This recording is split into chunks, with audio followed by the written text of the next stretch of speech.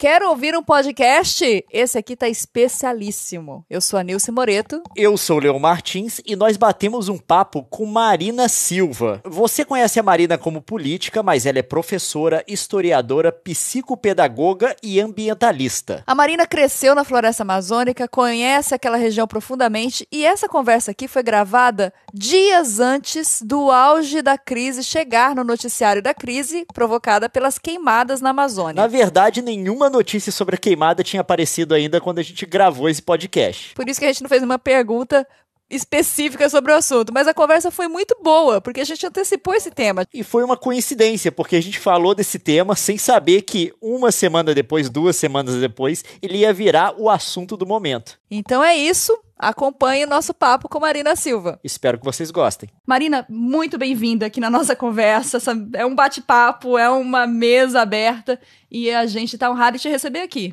Muito obrigada, Nilce, obrigada, Leon. É uma satisfação poder estar conversando com vocês dois e com todos aqueles que estarão nos acompanhando. A gente sabe que você teve que encaixar a gente aí numa maratona de viagem que vai começar, né? É para tratar de Amazônia essa viagem, essa maratona?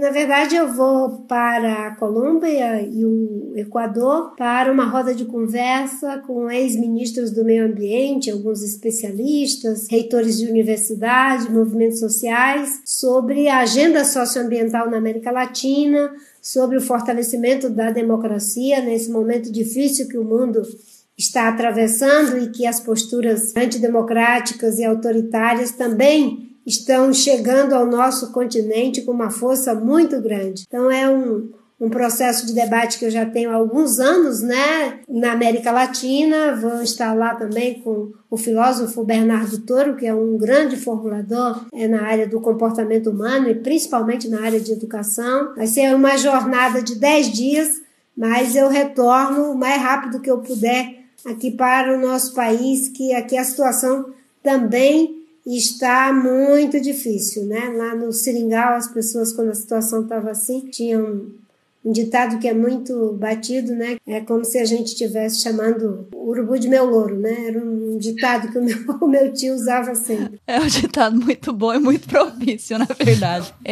Marina, você teve a sua vida transformada pela educação. É uma bandeira que a gente levanta muito aqui, a gente trabalha por isso também. A gente recebeu a notícia agora que o CNPq não vai conseguir manter as pesquisas até setembro. Mais uma notícia triste, né, na educação do Brasil. Quando debati o meu programa de governo, com a participação de diferentes setores da formulação da educação no Brasil, consegui pegar as contribuições que foram aportadas para todos os candidatos do movimento Todos pela Educação, e uma das coisas que a gente tratava era, primeiro, acabar com esse falso dilema de que ou vamos investir na educação básica ou vamos investir no ensino superior. As duas coisas são importantes porque elas se completam.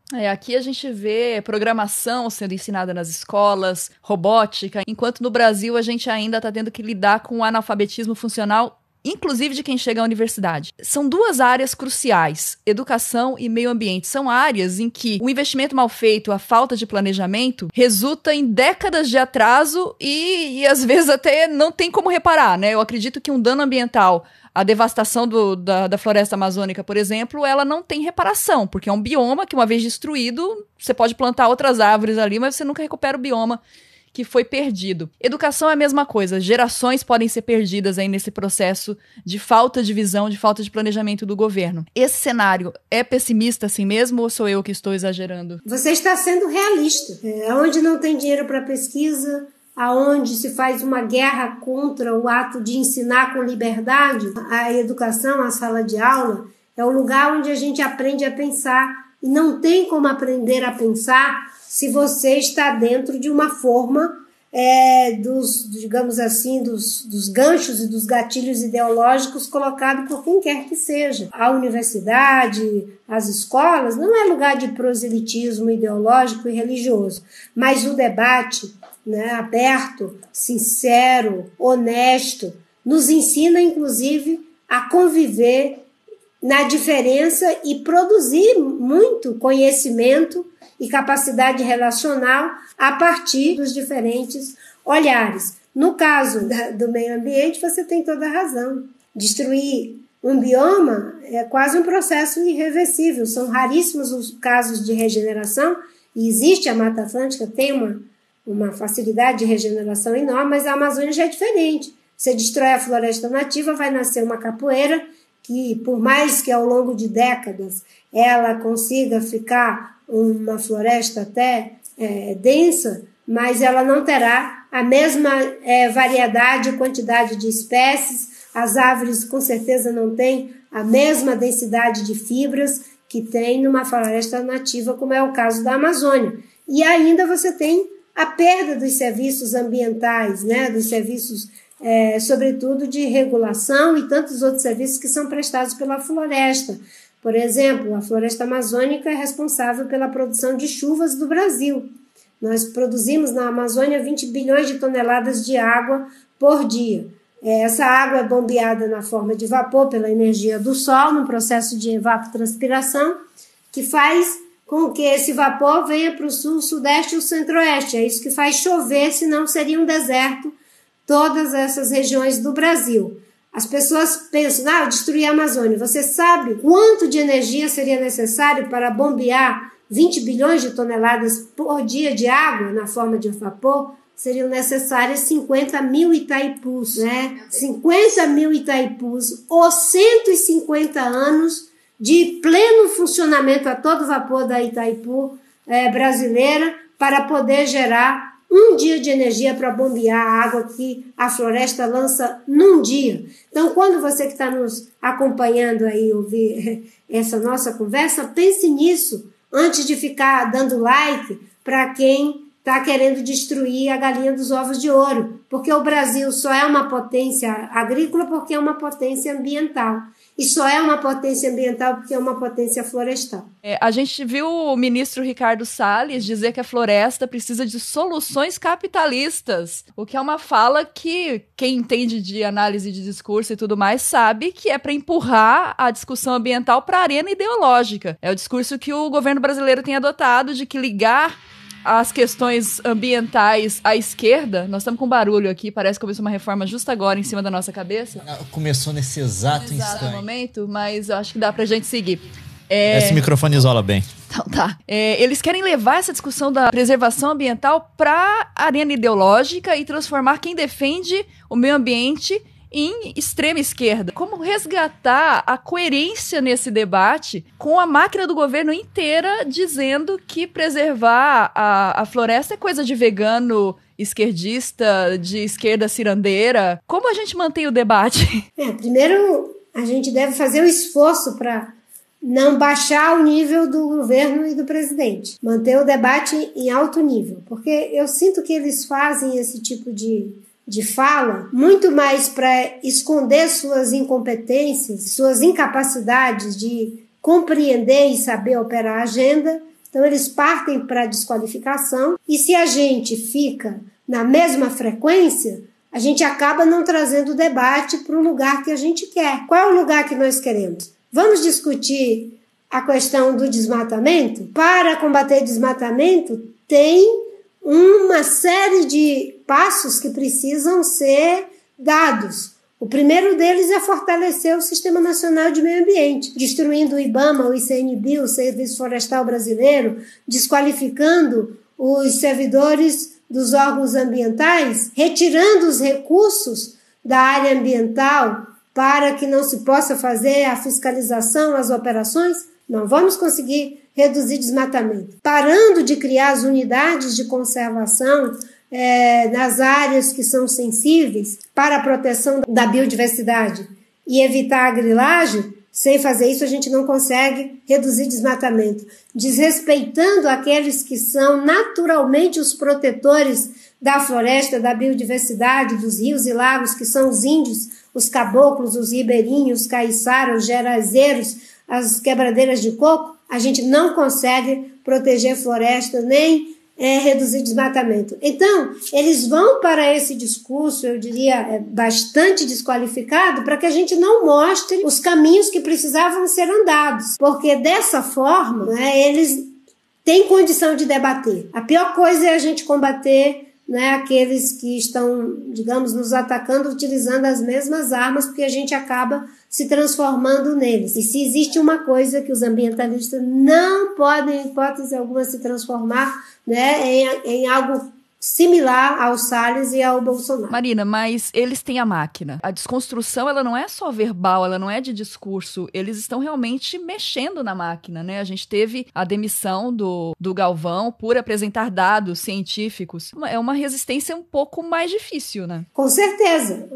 O que eu digo é que eles vão para a desqualificação exatamente para esconder a ação. Se cria uma situação de desacreditar os dados do INPE, a capacidade técnica do INPE, que leva à demissão do Ricardo Galvão, é uma ação concreta, deletéria e efetiva. O ato de retirar o Serviço Florestal do Ministério do Meio Ambiente, que tem a obrigação de proteger as florestas e promover o uso sustentável delas, e botar no Ministério da Agricultura como se fosse, né, a raposa cuidando do galinheiro, isso é uma ação muito concreta, acabar com a Secretaria Nacional de Mudanças Climáticas. Você imagine, Nilce, em pleno acordo de vigor do Acordo de Paris, que o Brasil se comprometeu, todo mundo está correndo atrás de cumprir as metas, o Brasil tem um inventário que deve ser feito periodicamente, apresentado à sociedade para que as medidas sejam tomadas a fim de alcançar as metas de redução de CO2, seja pelo uso da terra, seja por desmatamento, seja na indústria ou em outros setores. Acabar com a Secretaria Nacional de Mudanças Climáticas, fazer sumir praticamente a agenda do Plano de Mudanças Climáticas do Brasil, é um ato muito concreto. E é isso que eles tentam esconder quando fazem essas desqualificações, né? Quando eu digo que a gente não pode entrar nisso, é a gente fazer exatamente isso que nós estamos fazendo aqui, levando para o terreno aonde as coisas estão acontecendo, o que não deveria estar sendo feito, o que deveria ser feito e o que pode ser melhorado. Como você está vendo o papel da oposição nessa tentativa de frear? Porque a gente está observando pelas redes sociais, pela imprensa, a gente vê uma oposição muito tímida ainda. Parece que é muito simples de se fazer oposição a esse governo, por todas as contradições que ele mesmo se aplica, por todas os erros que eles cometem, erros óbvios e tudo mais, e a gente percebe uma oposição ainda muito silenciosa. Como é que você é parte dessa oposição, né? Como que você está vendo isso, Marina? Eu vejo com muita preocupação, e nesse sentido eu quero aqui dar um crédito para a forma como as populações indígenas estão trabalhando. Nós tivemos em abril uma grande manifestação dos povos indígenas que conseguiram inclusive tirar de pauta alguns projetos altamente nefastos para as populações indígenas no Congresso Nacional.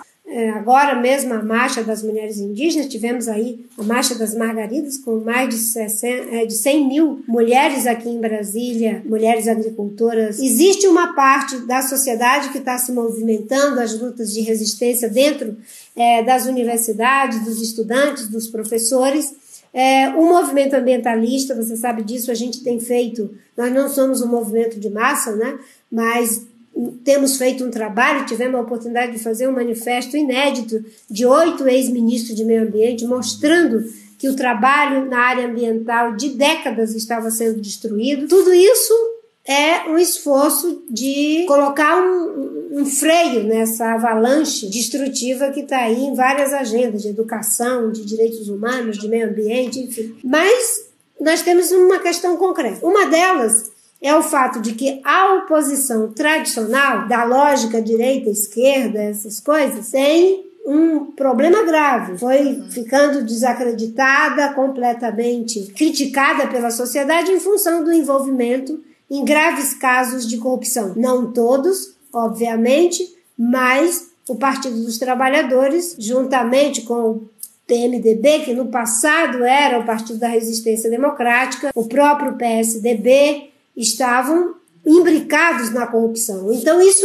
os enfraquece muito em qualquer coisa que tentem fazer nesse momento, em função de seus próprios erros. E a gente não vê uma mudança também, né? O PT está insistindo nos mesmos nomes. Nos mesmos nomes, nos mesmos métodos. Mas tem um problema. Esse governo não é um governo que tenha uma base política de cunho democrático. É como se ele não se importasse com o que diz a opinião pública. É a primeira vez que você tem um governo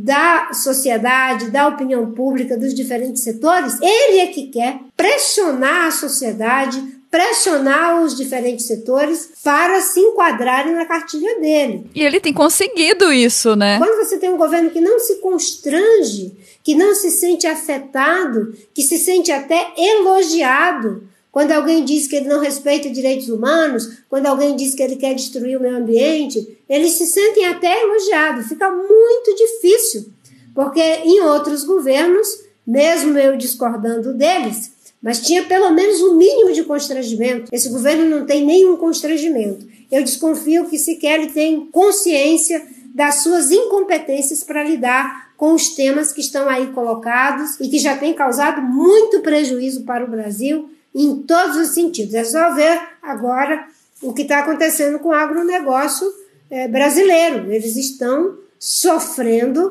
uma série de retaliações e de perda de, digamos assim, de imagem fora do Brasil em função das políticas desse governo. Inclusive, o ex-ministro da Agricultura, o Blairo Maggi, que foi ganhador do troféu Motosserra de Ouro do Greenpeace, ele é sócio do maior trading de agronegócio do Brasil e ele falou que a política ambiental do governo Bolsonaro vai levar o agronegócio à estaca zero. O agronegócio já percebeu. Essa é uma relação que eu acho que a gente precisa explicitar, Marina. O desenvolvimento social e o desenvolvimento econômico no Brasil dependem da preservação ambiental. Essa é uma tecla em que você bate muito, mas parece que ainda falta no brasileiro o entendimento disso. Pelo menos uma coisa a gente tem que reconhecer nesse governo, que é um mérito, que é a capacidade que ele teve de pautar o discurso público. Porque quando o ministro do Meio Ambiente vem e diz que a Amazônia precisa de uma solução capitalista, ele está obviamente colocando isso em bases ideológicas, mas que vai movimentar uma parte da audiência dele, do público dele, é inegável. Ele coloca como se as pessoas que defendem a proteção da Amazônia não quisessem também uma solução capitalista, porque a exploração sustentável é uma solução capitalista. Na verdade, é a mais moderna solução capitalista, não é? Exatamente, mas é uma solução capitalista que mantém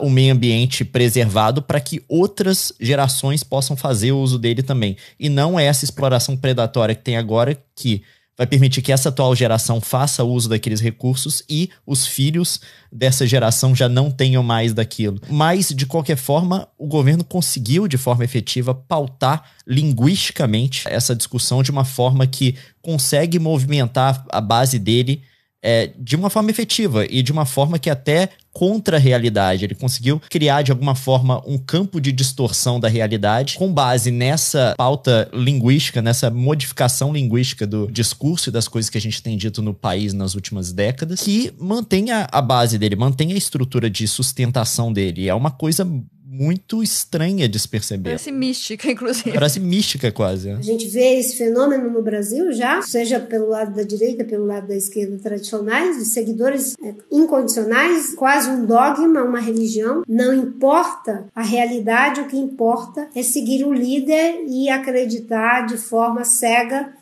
nas versões que eles vão construindo. O governo tem uma preocupação muito maior em manter uma base de fiéis para poder permanecer no poder, no seu projeto de poder, e para isso não mede esforços, palavras e nem atos completamente prejudiciais ao Brasil e aos brasileiros. Ele vai fazendo uma somatória desses grupos, então ele faz o discurso da liberação das armas, o discurso antiambiental, o discurso contra direitos humanos, o discurso contra a educação crítica que ajuda as pessoas a pensar o mundo, que ajuda as pessoas a aprender, fazendo um discurso de que meio ambiente é um empecilho ao desenvolvimento, porque ele sabe que na somatória dos grupos adeptos desse tipo de discurso, ele vai conseguir aí uma maioria de 20%, 30% para se perpetuar no poder. Ele está fazendo um trabalho de fidelização, de soma de segmentos para poder ter uma base que o mantenha no poder. No meu entendimento, é isso que está acontecendo. Ele tem os seus operadores, o ministro de Relações Exteriores, o ministro Salles, a ministra da Agricultura, o próprio clã Bolsonaro, aqueles que estão agregados. Todos esses são operadores de um projeto de poder em prejuízo do projeto de país. E como a democracia reage a isso? As instituições reagem a isso? Eu acho que as instituições estão estão começando a aprender a reagir. Primeiro mostrando que os poderes são independentes, que ele foi eleito, mas não para ser um imperador. Ele foi eleito para ser o presidente da República, e o presidente da República tem que se submeter à Constituição, que diz que todo o poder emana do povo. É como se tivesse agora com um cheque em branco para fazer todo tipo de atrocidade. É essa postura que ele tem assumido mesmo, né? A sustentação do presidente, ele age com muita rapidez, com muita agilidade mesmo nas redes sociais, nessa capacidade de mobilização da opinião pública. E a gente vê, de outro lado, uma lentidão nas instituições em tomar posição. A Justiça, por exemplo, TSE agora está começando a apurar as denúncias sobre a irregularidade, o disparo de fake news durante a campanha. E agora, 8 meses depois, a Justiça começa a dar os primeiros passos nessa apuração. E a gente sabe que o sistema é lento. É claro que a Justiça brasileira tem uma lentidão que é crônica e estrutural. Por outro lado, a Justiça e cada instituição, cada poder tem seu tempo lógico, tem o seu tempo de pensar, seu tempo de elaborar, o seu tempo de resolver, de atuar. O Congresso tem sido um contraponto em muitos aspectos, independente de concordar com algumas teses que estão sendo operadas no Congresso, com a liderança ali dos presidentes das duas casas, Rodrigo Maia e o Alcolumbre, eles têm tido um protagonismo muito grande. É interessante que num governo de traço muito autoritário, pouco afeito à escuta, né? Ele até fala muito, mas escuta pouco. Você tem um protagonismo muito grande do Congresso nesse momento, que tem sido muito interessante. Um dia desses tinham uma medida em tramitação em relação ao Código Florestal, e foi graças a uma ação no Senado que isso saiu da pauta. Por outro lado, o governo que gosta muito de lacrar, né, nas redes sociais, por isso que é tão rápido, não precisa pensar, não precisa elaborar, não precisa nada. O tempo todo o governo faz uma medida provisória, uma portaria, um decreto que depois precisa ser desfeito, precisa ser corrigido, só porque a intenção é mais lacrar do que, de fato, apresentar algo com consistência. Não é? Então, o governo tem uma lentidão crônica. Né? Em 6 meses de governo, quais foram as medidas que foram tomadas para tentar fazer com que a nossa economia saia dessa situação declinante, que agora já está em recessão técnica, porque durante 2 trimestres não tivemos um crescimento significativo para evitar recessão. Porque é muito fácil fazer o deslocamento para a lentidão dos outros, que precisa ser vista, e não olhar a sua própria lentidão. Então, as pessoas podem dizer, não, mas só tem 6 meses.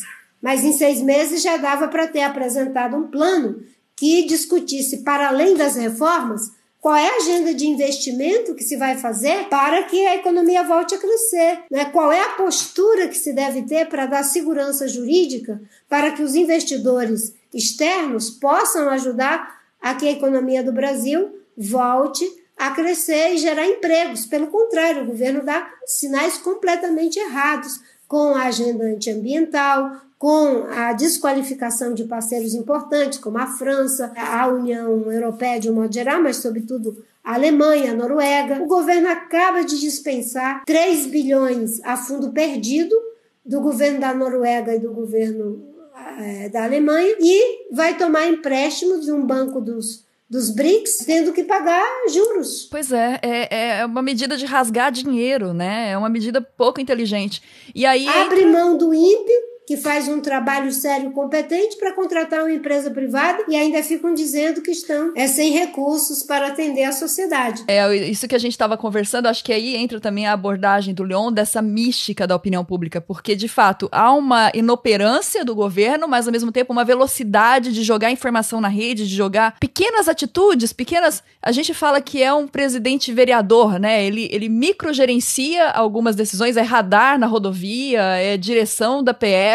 Os comunicados são mais fáceis de compreender, a impressão que dá é essa. Aquela coisa. É difícil explicar para a população, por exemplo, um plano para aquecer a economia, para se encorajar a geração de empregos, mas é muito mais fácil postar na rede que você demitiu tal pessoa porque ela fez isso, isso e isso. E aí as pessoas entendem e pensam que isso é governar de fato o país, que algo está sendo feito. É a lógica do governo espetáculo, né? Da pirotecnia, com muita lacração nas redes sociais e pouquíssima gestão no que interessa estrategicamente, que é resolver o problema da crise econômica, do desemprego. Então, a sociedade brasileira, eu espero, aos poucos, vai compreendendo que o lugar de governar não é o lugar do espetáculo. O espetáculo pode até ser bom ali para você ter uma rede de fiéis incondicionalmente, mas você tem que prestar atenção. A gente vê algumas propostas que são totalmente abafadas pela barulheira do populismo. A gente viu, por exemplo, a Tabata, né? A Tabata surgiu na oposição e foi sendo muito firme, se destacou sendo muito firme, cobrando o posicionamento dos ministros da educação, por exemplo, mas levou pedrada, inclusive, da galera da esquerda, né? Porque se posicionou ali mais, um pensamento mais independente, mais ao centro. Concordando ou não com a pauta dela, ela tem uma pauta, ela tem um projeto que ficou sufocado porque não fazia parte do Fla-Flu. E a gente tende a ver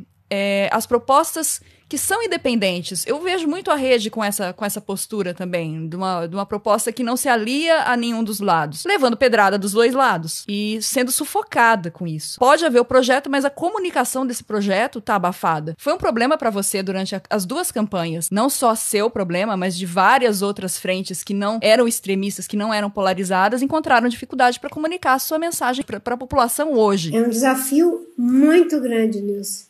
E, Leon, quando você não faz o discurso de um dos polos, não tem a mesma prática de um dos polos, é como se você não tivesse o discurso, é como se você não tivesse a prática. Porque a gente foi criando um processo de quase que de cauterização das mentes, em que as pessoas só conseguem enxergar os grandes polos da polarização. Hoje é a esquerda tradicional e o bolsonarismo. E aqueles que buscam ter uma fala independente, uma prática independente e que buscam o diálogo, é como se eles não existissem, como se eles não falassem, como se não tivessem um lugar. Como se não bastasse, as ondas de violência são tão grandes pelas redes sociais, contra qualquer um que tenta ter uma opinião independente e às vezes ousa criticar os dois lados, não ficar embaixo do guarda-chuva de nenhum dos dois. É uma onda tão grande que as pessoas elas vão acabando ou silenciando ou se isolando. Eu tenho visto muita gente que parece que está indo pela lógica do seguinte, né? Que é preferível apanhar sozinho do que acompanhado. Cada um vai ficando isolado na sua ilha. Não,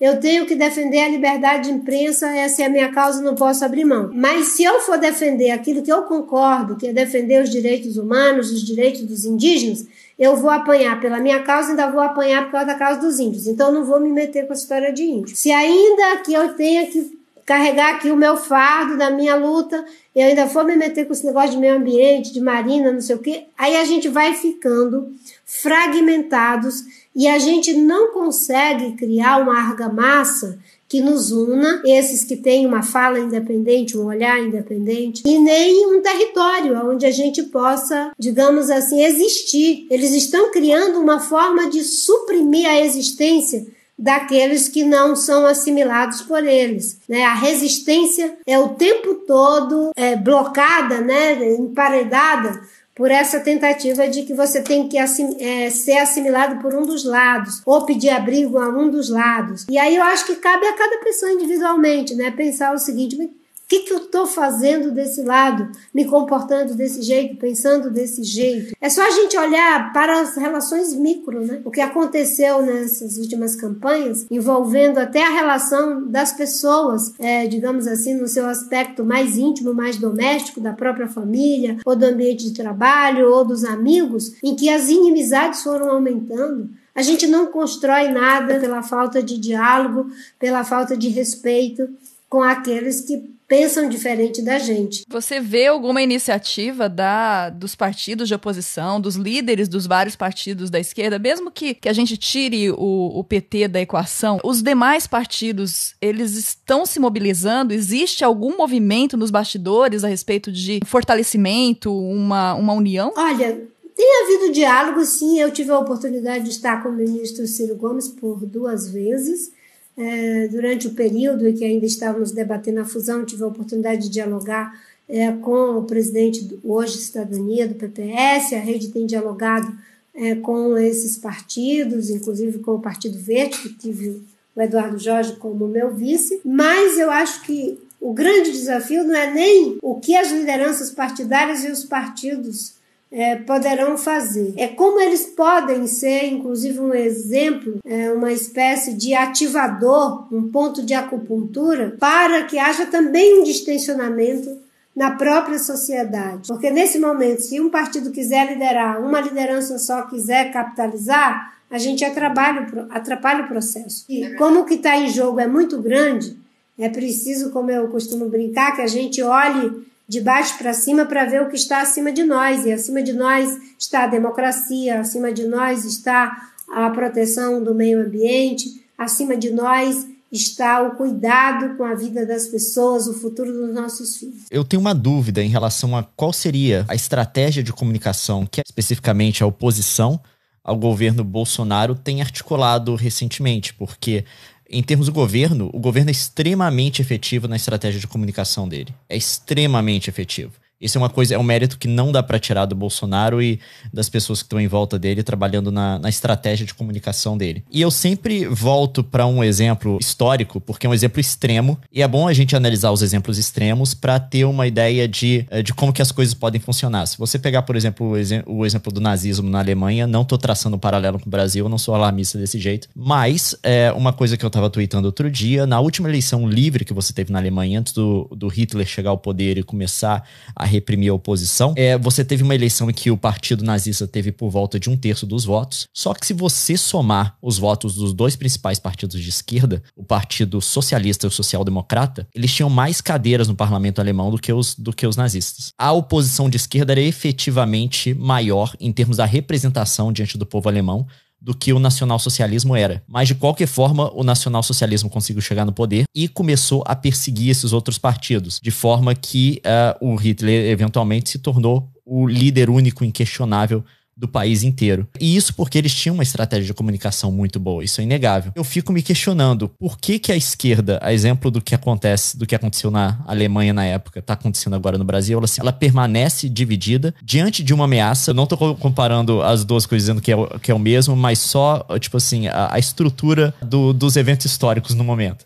Por que a esquerda não consegue se unir para fazer uma oposição efetiva, sendo que as coisas que dividem os partidos de esquerda hoje no Brasil são muito menores, e a esquerda é muito maior se você pegar os números, se você comparar os partidos de esquerda com o bolsonarismo. Você tá colocando a direita só no bolsonarismo e chamando todo mundo de esquerda. Não, a oposição. Não, tô dizendo a oposição, mas principalmente a esquerda, porque se você pegar só os principais partidos de esquerda, eles ainda são maiores. O PT é o maior partido na Câmara. Por que de forma ampla, os partidos de oposição, mas especificamente os partidos de esquerda, não conseguem sobrepassar essas diferenças que têm entre si para poder fazer uma oposição que seja de fato eficiente?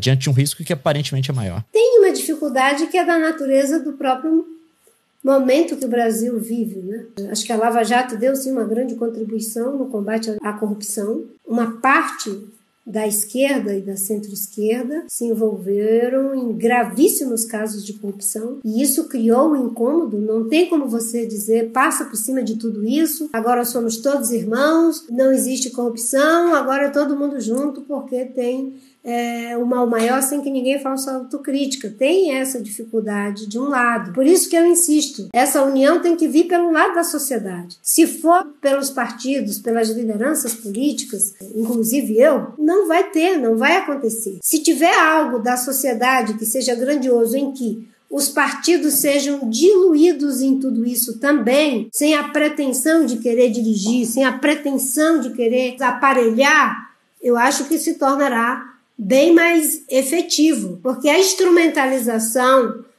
desses movimentos de resistência, ela existe, né? Você faz um ato, todo mundo, agora em defesa da educação, vira um ato de Lula livre. É claro que os militantes do PT, o PT tem o direito de fazer a sua militância independente de eu concordar ou discordar. É uma democracia. Agora, o que não dá é para fazer uma convocação ampla, por exemplo, com todo mundo, e aquilo se transformar em um ato para a causa de um partido. Essas dificuldades existem. Então, eu acho que se a sociedade conseguir se mobilizar e a sociedade, de certa forma, ir criando esse distensionamento, o outro tem facilidade de se comunicar. Porque a comunicação do ódio, a comunicação da raiva, a comunicação em relação ao preconceito, parece que é sempre mais fácil, né? É muito difícil você fazer um discurso com senões.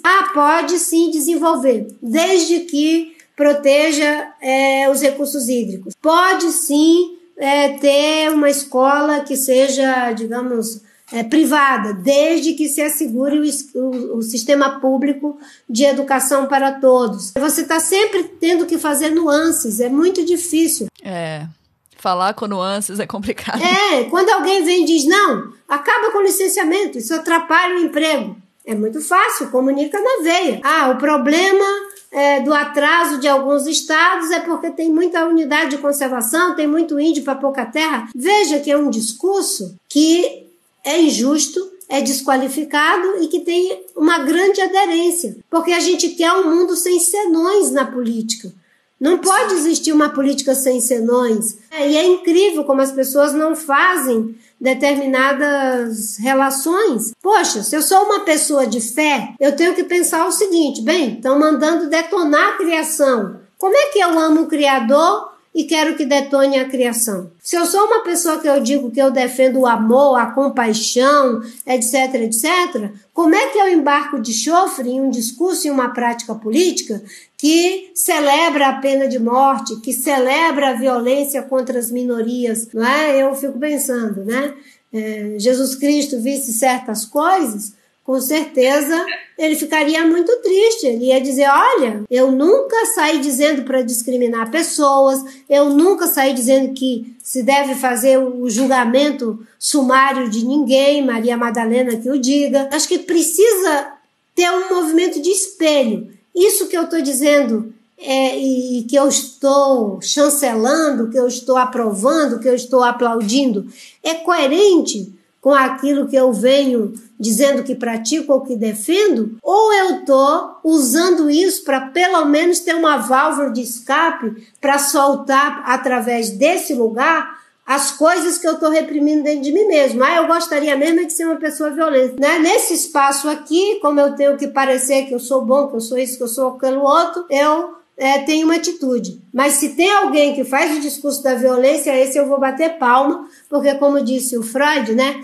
tem um artigo muito bonito que chama-se Personagens Psicopáticos no Palco, que ele diz que muitos recalques que estão dentro das pessoas, e todas as pessoas os têm, eles são tratados, sublimados pela arte. Pessoas que gostam de filmes violentos, é uma forma de sublimação para não transformar, né, algum resquício de violência que tenha dentro de si em ato. Então ela sublima através da arte. Parece que tem muita gente que encontrou um lugar para se sentir representado, transferir o seu, digamos assim, o seu desejo de preconceito, o seu desejo de violência, o seu desejo de nonsense através da política. Só que a política, quando se está no poder, não prejudica uma meia dúzia, prejudica a todos.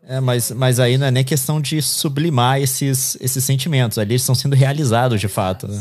Eles estão sendo transformados em ato, mas é o que eu estou dizendo, aqueles que, embora não pratiquem, eles aplaudem, eles dão uma evasão como se estivesse assistindo um filme, só que não é um filme, você tem razão, é alguém que está transformando em ato. Isso são atos no executivo, no legislativo, na retirada dessa ou daquela política, na demissão do presidente do INPE. Marina, você mencionou a Lava Jato e você se posiciona várias vezes a favor da Lava Jato. Nós também nos posicionamos, fizemos vídeo, inclusive, na época das principais prisões, né? E o próprio Glenn Greenwald elogiou o Deltan aqui no Canadá. Eu vi aqui em Vancouver apresentar na palestra dele. E aí agora tem os vazamentos da Vaza Jato que o Intercept tem divulgado, que revelam ali, tudo indica uma relação conflituosa, né? Com a Constituição e tudo mais. Recentemente saiu um trecho que envolvia, inclusive, o senador Randolph Rodrigues, né? Que recebeu um pedido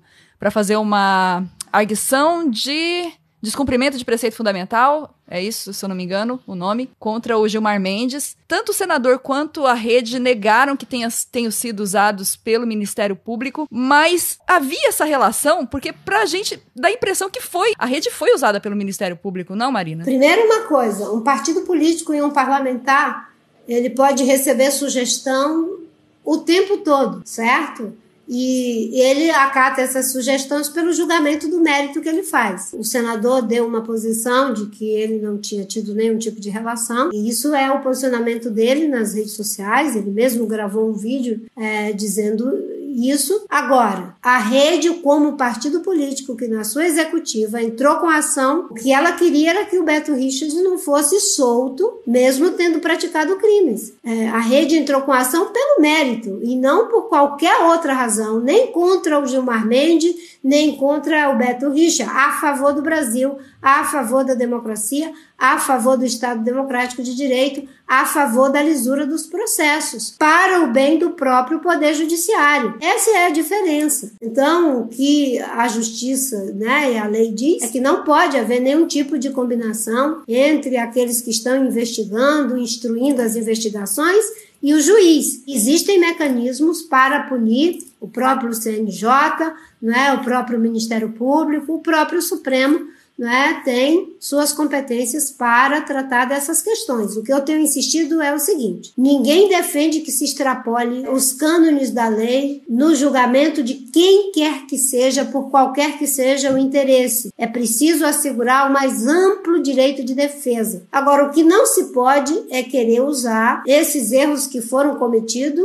e as conversas, os diálogos extrapolam aquilo que é, digamos, os despachos normais entre o juiz e os investigadores. Pelo menos é isso que está vindo à tona todo dia. Ninguém pode querer usar isso para anular todo o trabalho comprovado, devidamente investigado, tramitado e julgado, com todos os recursos possíveis que foram feitos por advogados altamente competentes, que fizeram de tudo para isentar seus clientes de culpabilidade, inclusive com políticos, empresários, presos, enfim, de toda a natureza. Ninguém pode querer usar isso para anular as provas e o que veio à tona. E é interessante que a gente agora tem uma inversão. No tempo do governo da presidente Dilma, quando vazava uma informação, eles ficavam criticando o vazamento, o diálogo da presidente Dilma com a mulher do João Santana, uma série de procedimentos totalmente antirrepublicanos.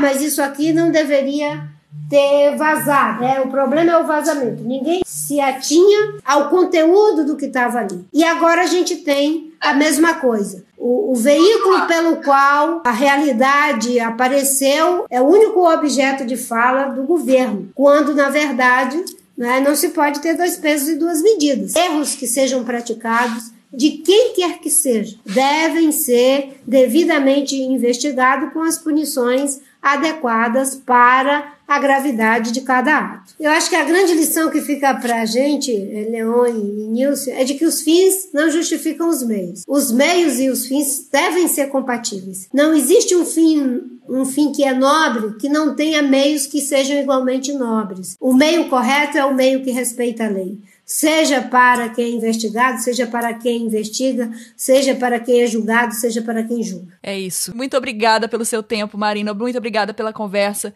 O convite feito aqui para voltar quando quiser. E a gente tá na torcida aí para que as nossas previsões mais pessimistas não sejam tão não se realizem. Com certeza. Eu que agradeço a vocês. Parabéns. Eu acho que é muito bom ter esses espaços saudáveis para que a gente possa distensionar e principalmente ter essa atitude de leveza, A gente quer conversar, a gente não quer brigar, A gente quer o encontro, a gente não quer o confronto. É verdade. Obrigada, Marina. Boa viagem pra você, viu?